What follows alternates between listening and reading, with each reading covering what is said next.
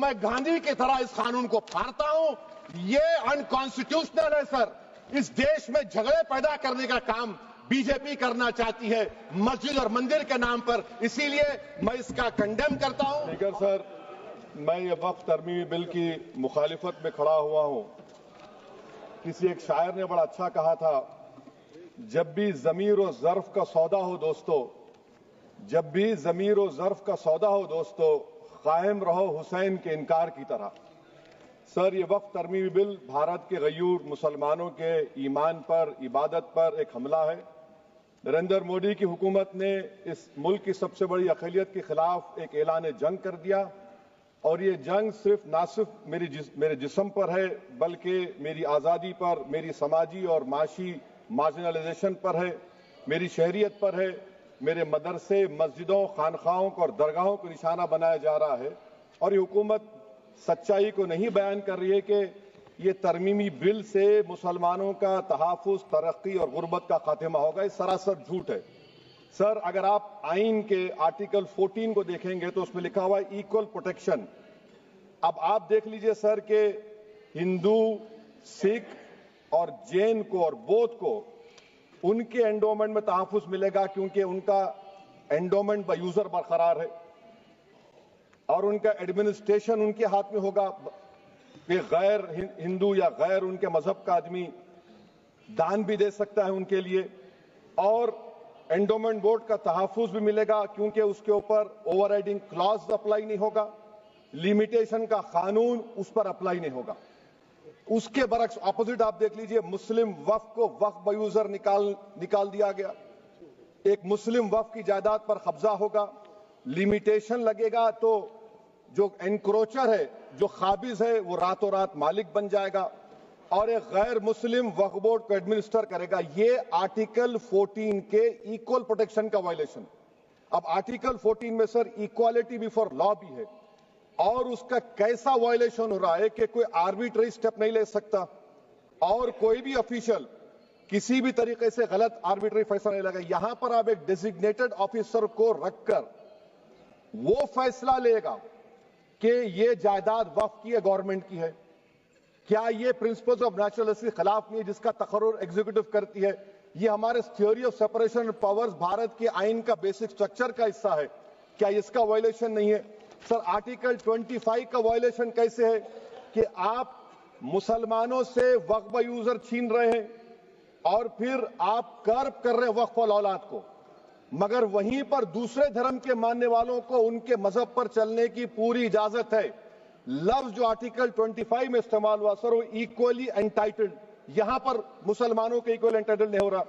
अभी हम गृह मंत्री का, वजीर दाखिला का यहां पर उनका हमने तकरीर सुनी, यहां पर वो ये कहते हैं, वजीर दाखिला, शायद वो कटमुल्ला की जबान ना कह दें, वजीर दाखिला कहने पर वजीर दाखिला ने अपने बयान में कहा कि बोर्ड और काउंसिल जो होगा वो माने वक्फ इस्लाम से अलग है। सर, अगर ये बात सच है आपकी, तो फिर आपको यह कानून बनाने की जरूरत ही नहीं है। आप एक नॉन स्टैट्यूटरी बॉडी बना दीजिए। ये जो कानून बन रहा है ना सर, ये आर्टिकल 26 इसका सोर्स है, और आर्टिकल 26 जब इसका सोर्स है तो आर्टिकल 26 का ABCD क्या कहता है कि रिलीजियस डिनोमिनेशन को अपने मजहब के अफेयर्स खुद चलाना, मूवेबल इमूवेबल प्रॉपर्टी को लेना और एडमिनिस्टर करना। जब हिंदू धर्म को, बौद्ध धर्म को, सिखों को यह राइट दिया गया है, तो आप कैसे मुसलमानों से छीन रहे हैं? तो ये आर्टिकल 26 का ग्रेव वायलेशन है। तो सर, अब वक्फ बाय यूजर का मामला देखिए, मिनिस्टर साहब ने कहा कि एंक्रोचमेंट हो रहा है, 17,000 एंक्रोचमेंट हुए हैं।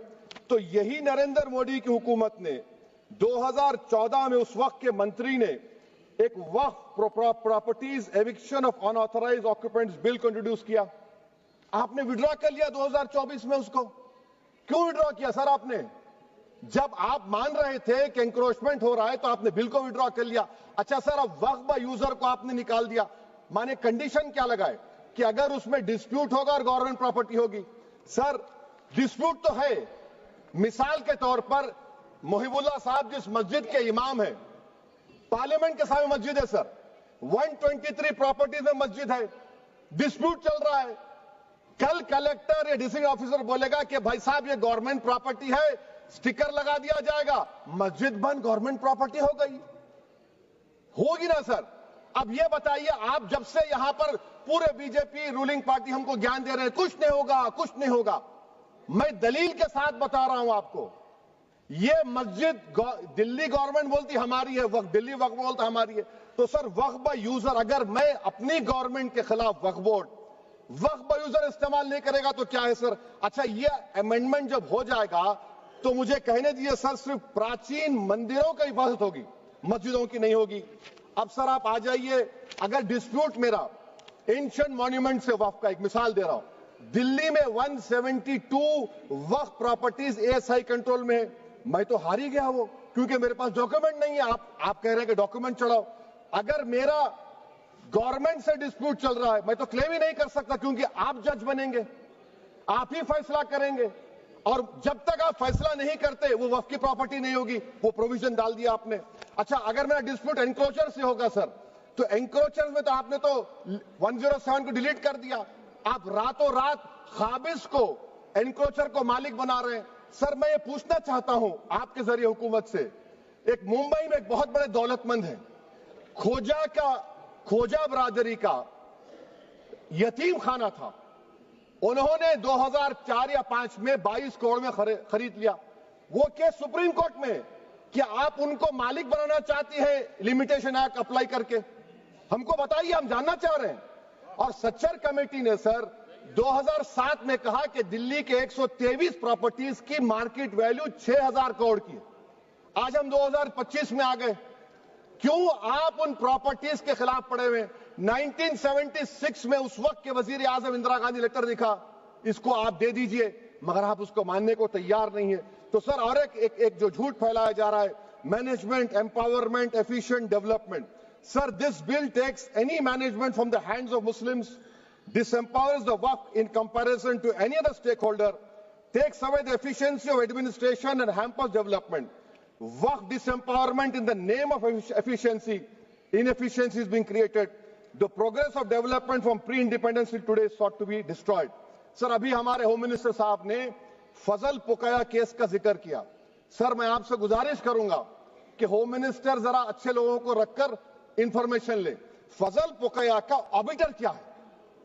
इट इज ऑबिटर, वो रेशियो डिसेंडेंटाई नहीं है जो आपने कहा है। अच्छा सर, शेड्यूल ट्राइब के बारे में कहा, क्या शेड्यूल ट्राइब में मुसलमान नहीं होते? शेड्यूल कास्ट में नहीं होता मुसलमान, शेड्यूल ट्राइब में मुसलमान होता। तो क्या आर्टिकल 25 मेरा चला गया, आर्टिकल 26 चला गया, आर्टिकल 14 चला गया, 15 चला गया, 29 चला गया? लक्षद्वीप का एक मुसलमान एमपी है, क्या उसको राइट नहीं है क्योंकि ट्राइबल है? क्या कह रहे हैं आप? इस ऐवान को क्यों गुमराह कर रहे हैं आप शेड्यूल ट्राइब के नाम पर? सर और एक चीज जो आपको बता रहा हूं सर, अब आप जब आर्टिकल 26 से मेरा सोर्स है, तो आप सेंट्रल वक्फ काउंसिल में 22 में से 10-11 आप नॉन मुस्लिम को बना सकते हैं, रिलीजन न्यूट्रल आपने कह दिया, और आप बनाएंगे। क्यों बनाएंगे आप? स्टेट वक्फ बोर्ड में 7 नॉन मुस्लिम होंगे और 4 मुसलमान। क्यों होंगे? क्योंकि आप लॉ में 95 में डायरेक्ट मैनेजमेंट में ले सकते हैं 5 साल के लिए। आप वक्फ बाय यूजर को आप कलेक्टर डिस्ट्रिक्ट ऑफिसर बोलेगा ये वक्फ की प्रॉपर्टी नहीं है, तो वो वक्फ बोर्ड खामोश बैठ जाएगा, कुछ एक्शन ही नहीं लेगा, क्योंकि वो आपके प्यादे हैं। अच्छा, जब आप नॉमिनेट करेंगे सर मैं मोदी गवर्नमेंट के खिलाफ नो कॉन्फिडेंस ला सकता हूं, मगर वक्फ बोर्ड का चेयरमैन जो नॉमिनेट होगा उसके खिलाफ नो कॉन्फिडेंस नहीं ला सकते, हम बिल्कुल नहीं ला सकते। क्या मजाक है बताइए आप? ये डेमोक्रेसी है। नॉमिनेट भी स्टेट गवर्नमेंट करेगी, वो अगर डिक्टेटर बन जाएगा जैसा आज भारत में हो रहा है तो वो भी नहीं हटेगा। कम से कम यहां पर तो इलेक्शन है, वहां पर तो आप 5 साल झेलते रहो उसको। अच्छा सर, अब ये जो क्लॉज 11 और क्लॉज 9 आप 16AA से देखिए, where the qualification of the members of the board has been limited only to 3 categories contained in 14(1)(c). Intention is very clear that the majority is to be packed with non-Muslims. So who will defend my interests, sir? If I cannot depend on the state waqf board, central waqf council, which are going to comprise non-Muslims, this in itself is a clear violation of Article 26, 14 and 15, sir. अच्छा sir, CO पहले 95 act में था कि word मुस्लिम, आपने गायब कर दिया उसको। अरे आखिर क्यों इतनी नफरत है आपके लफ्ज मुसलमान से? अच्छा फिर क्या कह रहे हैं आप कि ये भी आर्टिकल 26 का वायलेशन है। सब जितने हिंदू धर्म के प्रॉपर्टीज हैं, सिख धर्म के, बौद्ध के हैं और आपके जैन के, वहां पर उन्हीं के मजहब का ऑफिसर होगा। और कहां पर नहीं होगा? वक्फ बोर्ड में। Waqf board is a pure religious institution, इसको समझने की जरूरत है। तो आप ये कर दे रहे हैं सर। अच्छा सर आप देखिए, अब आप आ जाइए ये ट्राइब्यूनल पर। मुझे समझ में नहीं आया सर कि हमारे होम मिनिस्टर वजीर दाखिला ने क्या कह दिया कि 2013 का जो कानून है वो नहीं बनता तो हम नहीं लेके आते।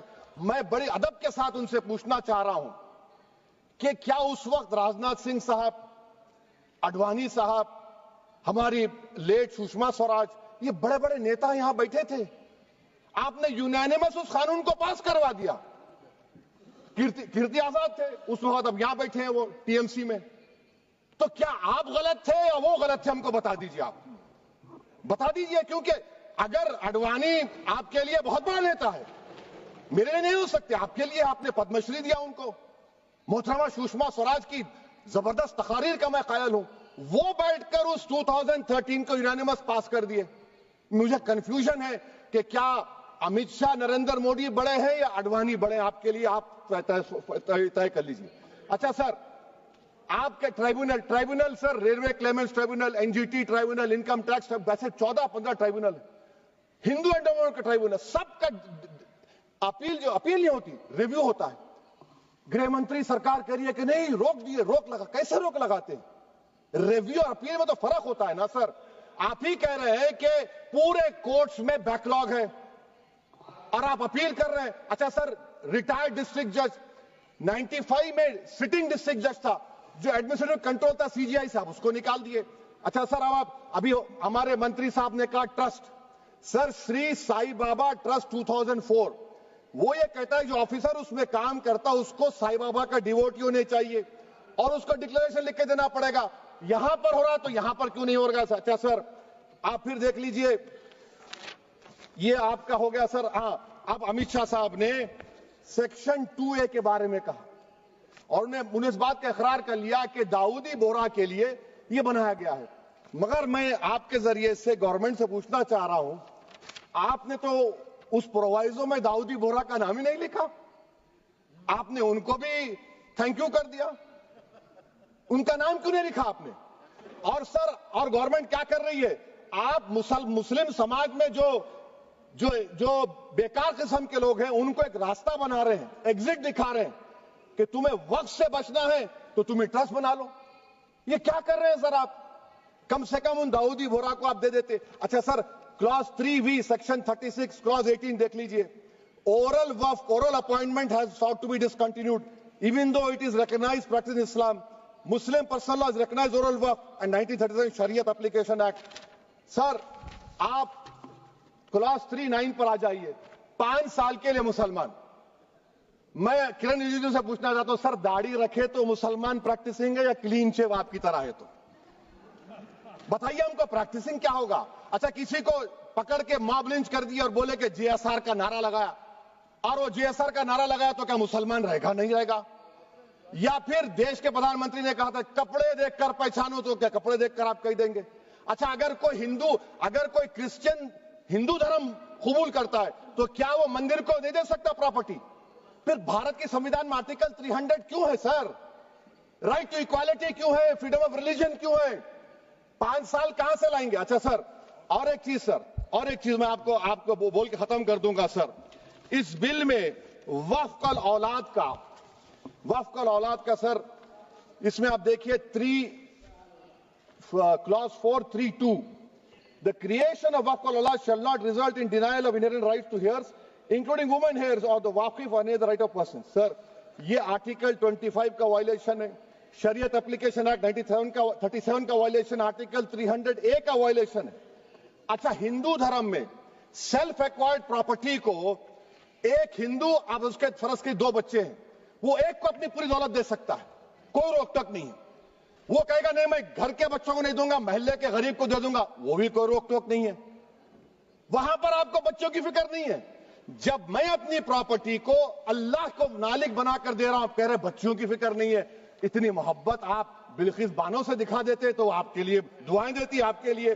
तो सर आप दूसरी बात आप देख लीजिए सर, आखिरी बात कहकर मैं अपनी बात को मुकम्मल कर रहा हूं सर। नहीं मुकम्मल कर रहा हूं। स्पीकर साहब बहुत टाइम दे दिए। सर आप देखिए, इसमें अमित शाह साहब बोले कि इतनी प्रॉपर्टीज का कब्जा हुआ, चोरी हुई, ये हुआ। सर क्लास 2652A सेक्शन, अगर कोई प्रॉपर्टी बेचता है 2 साल की सजा थी, आपने क्या कर दिया, उसको 6 महीने कर दिया। नॉन बेलेबल था, आपने बेलेबल कर दिया। सेक्शन 40 की बात करते हैं। सेक्शन 40 में सर हमको जो ज्वाइंट वर्किंग कमेटी का जो नोट्स दिए, उसमें मिनिस्ट्री ऑफ माइनॉरिटी अफेयर्स ने कहा कि 30 साल में 515 केसेस सेक्शन 40 के और सिर्फ 8 लोग कोर्ट को गए। वक्फ यूजर का कानून तेलंगाना आंध्रा में है, सेक्शन 40 का कानून तमिलनाडु 63 है, आंध्र प्रदेश में 43 है।